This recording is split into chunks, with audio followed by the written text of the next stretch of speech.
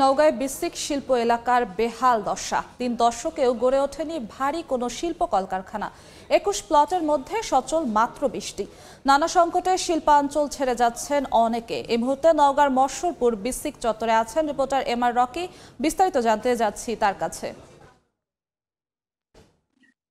শহরের অদূরেই এই বিসিক শিল্পনগরী গড়ে তোলা হয়েছিল ২০০০ সালের দিকে।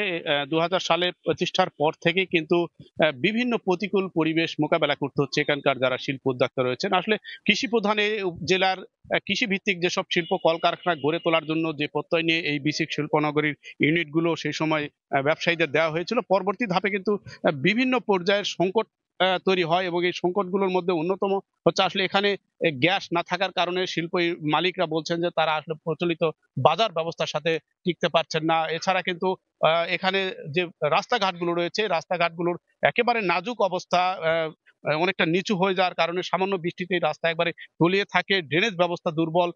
সব মিলিয়ে একেবারে বেহাল এবং নাজুক অবস্থার কারণে যেসব শিল্প মালিক বা ছোট ছোট শিল্প ইউনিট গড়ে তুলেছিলেন, প্রত্যেকেই কিন্তু এই শিল্প ইউনিটগুলি ছেড়ে দিয়ে এখন বিকল্প পথে হাঁটছেন এবং অনেক শিল্প ইউনিটে কিন্তু এখন এই মুহূর্তে বিভিন্ন ধরনের সবজি চাষ করা হচ্ছে। ফলে ব্যবসায়ীদের দিক থেকে বলা হচ্ছে যে উদ্দেশ্য নিয়ে বিসিক শিল্প ইউনিটটি গড়ে তোলা হয়েছিল ২০০০ সালে, পরবর্তী ধাপে কিন্তু পুরো এই জেলার শিল্পের যে কার্যক্রমগুলো রয়েছে পুরোটাই বাধাগ্রস্ত হচ্ছে এবং তাদের যে লক্ষ্য নিয়ে এখানে বিনিয়োগ করেছিলেন, অনেক ক্ষেত্রেই সেই বিনিয়োগ কিন্তু এখন বাধার সম্মুখীন। অনেকে বিনিয়োগ তুলতে না পারার কারণে শিল্প ইউনিট ছেড়ে দিতে বাধ্য হচ্ছেন।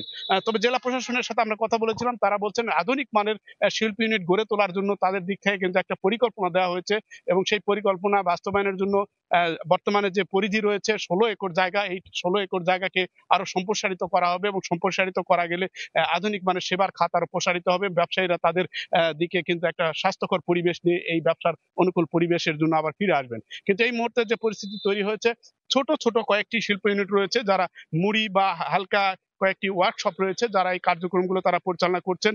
তারা অভিযোগ করছেন যে যে পরিমাণ সুযোগ সুবিধা দরকার সেই সুযোগ সুবিধা পাওয়া যায় না। এখানকার স্থানীয় যারা কর্মকর্তা রয়েছেন তাদের দিকে অসহযোগিতার কথা তারা অভিযোগ করছেন।